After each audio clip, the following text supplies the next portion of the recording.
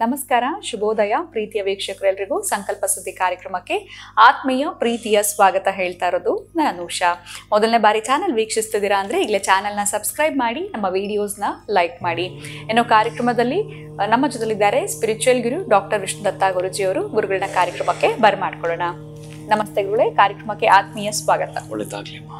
ಪ್ರತಿಯೊಬ್ಬರಿಗೂ ಹೊಸ ಹೊಸ ವಿಚಾರಗಳನ್ನ ತಲುಪಿಸ್ಬೇಕು, ಏನಾದರೂ ಹೊಸದಾಗಿ ಕೇಳಬೇಕು ಅನ್ನೋ ಆಲೋಚನೆಯಲ್ಲಿ ಪ್ರತಿಯೊಂದು ವಿಡಿಯೋಸ್ನಲ್ಲಿ ಕೂಡ ನಾನು ನೆನ್ಪು ಮಾಡ್ಕೊಳ್ತಾ ಇರ್ತೀನಿ. ಆದರೆ ಇಲ್ಲಿ ತನಕ ನಾನು ಎಲ್ಲ ವಿಡಿಯೋಸ್ ನೋಡಿದಾಗ ಅಂದ್ಕೊಂಡೆ ಈ ವಿಚಾರ ನಿಮ್ಮ ಮುಂದೆ ಯಾವತ್ತೂ ಕೇಳಿಲ್ಲ ಅಂತ. ಸೊ ನೋಡೋರ್ಗೂ ಕೂಡ ಇದು ಫಸ್ಟ್ ಟೈಮ್ ಕೇಳ್ತಾ ಇದ್ದೀನಿ ಅನ್ನೋಂಥದ್ದು ಗೊತ್ತಾಗಿರುತ್ತೆ.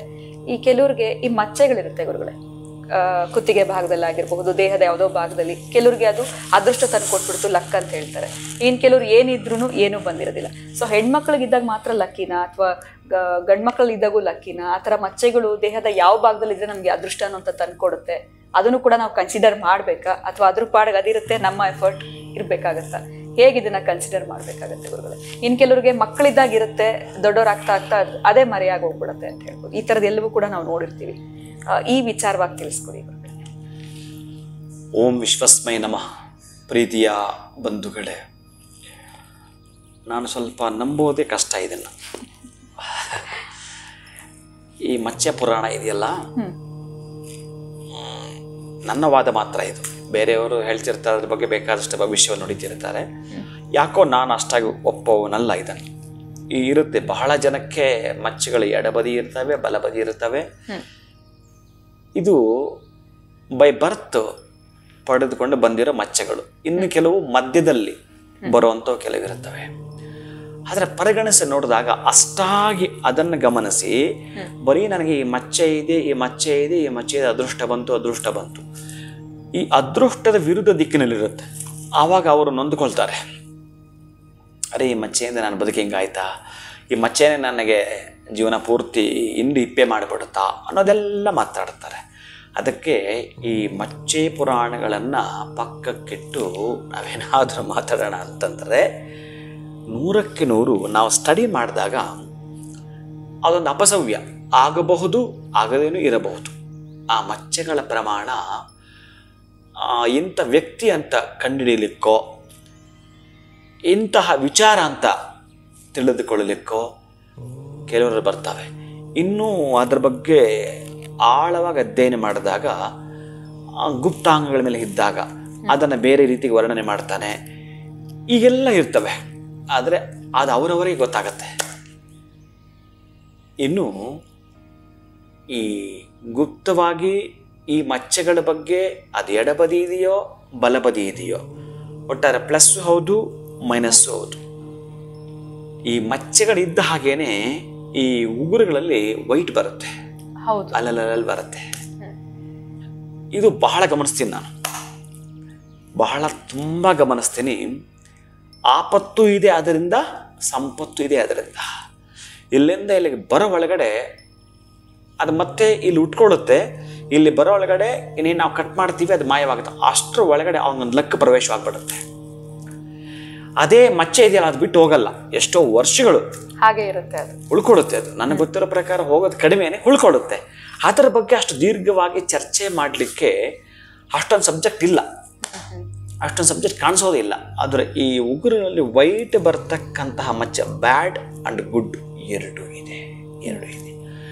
ಯಾರಿಗೆ ಈ ಹೆಬ್ಬೆರಳು ಇದೆಯೋ ಇಲ್ಲಿ, ಅಥವಾ ಈ ತೋರು ಬೆರಳು ಇಲ್ಲಿ ಏನಾದರೂ ಒಂದು ಸಣ್ಣದಾಗಿ ಒಂದು ಮಚ್ಚೆ, ವೈಟ್ ಮಚ್ಚೆ ಸ್ಟಾರ್ಟ್ ಆಗಿ ಇಲ್ಲಿಗೆ ಬರೋ ಒಳಗಡೆ ಅವನಿಗೊಂದು ಅದೃಷ್ಟ ಕುಲಾಯಿಸ್ತ ಅಂತಲೇ ಅರ್ಥ.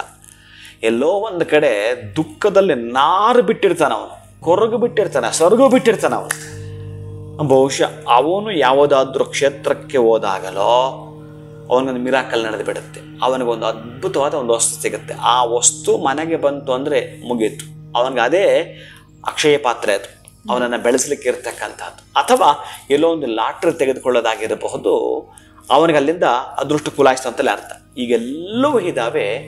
ಮಚ್ಚೆಗಳ ಪ್ರಮಾಣ ಅಲ್ಪ ಮಾತ್ರವೇ, ಅಥವಾ ಇನ್ನೂ ಒಂದು ಹೆಜ್ಜೆ ಮುಂದೆ ಹೇಳಬೇಕಂದ್ರೆ ಸ್ವಲ್ಪ ಮಾತ್ರವೇ.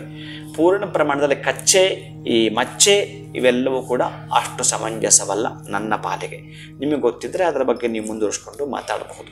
ಇದಿತ್ತು ಅಂತಂದರೆ ಉಗುರ ಮೇಲೆ ಅದು ಬರೋಳಗಡೆ, ಏನು ಬೇರೆ ಕಡೆ ಬಂತಂದರೆ ಅದು ಅಪಸವ್ಯ ನಷ್ಟವಾಗೋ ಸಾಧ್ಯತೆ ಕೂಡ ಇರುತ್ತೆ. ಅಂಥ ನಷ್ಟ ಆಗೋ ಸಂದರ್ಭದಲ್ಲಿ ಕೆಲವೊಬ್ಬರಿಗೆ ಈ ನೋವು ತರುವಂಥದ್ದು ಇರ್ತವೆ. ಏನಾದರೂ ಒಂದು ಬ್ಯಾಡ್ ಕಂಡುಕೊಳ್ತಕ್ಕಂತಹದ್ದು ಅಥವಾ ಮುನ್ಸೂಚನೆ ನಿನಗೆ ತೊಂದರೆ ಬರುವ ಸಾಧ್ಯತೆ ಇರುತ್ತೆ, ಇಂಡಿಕೇಶನ್ ಇರುತ್ತೆ. ಆವಾಗ ಏನು ಮಾಡಬೇಕು ಗೊತ್ತಾ, ಈ ಎಳ್ಳೆಣ್ಣೆಯಿಂದ ಕೈಗಳನ್ನು ತೊಳಿಬೇಕು. ಯಾರಾದರೂ ಒಂದು ಲೋಟದಲ್ಲಿ ಎಳ್ಳೆಣ್ಣೆ ಹಾಕ್ಕೊಂಡು ಕೈಗಳನ್ನು ತೊಳಿಬೇಕು, ಅದು ನಿವಾರಣೆ ಆಗತ್ತೆ. ಈ ಎರಡನೇ ಈ ಅದೃಷ್ಟ ರೈಸ್ ಆಗಬೇಕು ಅಂತಂದರೆ ಅರಿಶಿನ ಕುಂಕುಮ ಎರಡು ಮಿಕ್ಸ್ ಮಾಡಿ ಕೈ ತೊಳಿಬೇಕು. ಅದು ಯಾವುದಾದ್ರೂ ಒಳ್ಳೆ ವೃಕ್ಷಕ್ಕೆ ಬೀಳ್ಬೇಕು ಆ ನೀರು. ಆಲದ ಮರ ಆಗಿರಬಹುದು, ಅರಳಿ ಮರ ಆಗಿರಬಹುದು, ಅಥವಾ ವೀಳ್ಯದೆಲೆ ಗಿಡ ಆಗಿರಬಹುದು. ಆ ಗಿಡದ ಮೇಲೆ ಬೀಳಬೇಕು. ಈ ಎಣ್ಣೆ ಮಾತ್ರ ಬನ್ನಿ ಗಿಡದ ಮೇಲೇ ಬೀಳಬೇಕು. ನಮಗೆ ಬಹುಶಃ ಏನೋ ನೋವು ತರೋಂಥ ಸೂಚನೆ ಇರುತ್ತೆ, ಯಾವುದೋ ಕಷ್ಟ ಬರೋ ಸೂಚನೆ ಇರುತ್ತೆ. ಅದು ಆಗಿದ್ದರೆ ನೀವು ಮಾಡಿಕೊಳ್ಳಲಿ ಬೇಕಾಗಿರುವಂಥದ್ದು ಆ ಎಳ್ಳೆಣ್ಣೆಯಿಂದ ಕೈಯನ್ನು ತೊಳೆದುಕೊಳ್ಳೋದು, ಆಮೇಲೆ ಬಟ್ಟೆ ತಗೊಂಡು ಒರೆಸ್ಕೊಳ್ಳುವಂಥದ್ದು. ಈ ಪದ್ಧತಿಯನ್ನೇ ಮಾಡಬೇಕು. ಇಷ್ಟು ಇದರ ಬಗ್ಗೆ ನಿಮಗೆ ನಾನು ಮಾಹಿತಿ ಕೊಡ್ಬೋದು. ಅದರ ಮಚ್ಚೆಗಳ ಬಗ್ಗೆ ಆದರೆ ನಾನು ಪೂರ್ಣ ತಿಳ್ಕೊಂಡಿದ್ರು ಅದರ ಬಗ್ಗೆ ಅಷ್ಟು ಸ್ಟಡಿ ನಡೆದಿಲ್ಲ. ಅದರ ಪ್ರಕಾರ ಅದು ಬಲಗಡೆ ಇದ್ದರೂ ಎಡಗಡೆ ಇದ್ದರೂ ಮಧ್ಯಮ ಫಲವೇ. ಅಷ್ಟಾಗಿ ನೊಂದುಕೋಬೇಡಿ. ಯಾರೋ ಹೇಳಿಬಿಟ್ಟಿದ್ದಾರೆ ನಮಗೆ ಎಡಗಡೆ ಮಚ್ಚೆ ಇದೆ, ನನಗೆ ಆ ಕೆಲಸ ಆಗಲಿಲ್ಲ, ಯಾವುದೇ ಕಾರಣಕ್ಕೂ ನಂಬಬೇಡಿ. ನೀವೇನಿದ್ರು ನಿಮ್ಮ ಶ್ರಮ ಪ್ಲಸ್ ಪರಿಶ್ರಮನೇ ನಿಮಗೆ ಅದೃಷ್ಟ ತಂದುಕೊಡೋದು. ಖಂಡಿತ ಗುರುಗಳೇ. ಸೊ ಮಚ್ಚೆ ಇದ್ದಷ್ಟು ಅದ್ರ ಬಗ್ಗೆ ನೀವು ನಂಬಿಕೆ ಇಲ್ಲ ಅಂತ ತಿಳಿಸಿದ್ರಿ. ಜೊತೆಗೆ ಅದು ದೇಹದ ಯಾವ ಭಾಗದಲ್ಲಿದ್ರೂ ಕೂಡ ತಲೆ ಕೆಡಿಸ್ಕೊಳ್ಳುವಂಥ ಅವಶ್ಯಕತೆ ಇಲ್ಲ. ನಮ್ಮ ಓನ್ ಎಫರ್ಟು, ಶ್ರಮ ಅನ್ನುವಂಥದ್ದು, ಶ್ರದ್ಧೆ ಬಹಳ ಮುಖ್ಯ ಯಾವುದೇ ಕೆಲಸಗಳಲ್ಲಿ ಅನ್ನೋದ್ರ ಬಗ್ಗೆ ತಿಳಿಸ್ಕೊಟ್ರಿ. ಇನ್ನು ವಿಶೇಷವಾಗಿ ಹೆಬ್ಬೆಟ್ಟಿನಲ್ಲಿ ಇದ್ರೆ ಯಾವ ರೀತಿ ಅದು ಸೂಚನೆಗಳು ನಮಗೆ ನೀಡುತ್ತೆ ಅನ್ನೋದ್ರ ಬಗ್ಗೆ ತಿಳಿಸ್ಕೊಟ್ಟಿದ್ದೀರಾ. ಧನ್ಯವಾದಗಳು. ನಮಸ್ಕಾರ. ಹರೇ ಶ್ರೀನಿವಾಸ. ಇನ್ನು ವೀಕ್ಷಕರು, ವಿಡಿಯೋನ ಮುಗಿಸುವಂತಹ ಸಮಯ ಆಗಿದೆ. ನಮಸ್ಕಾರ.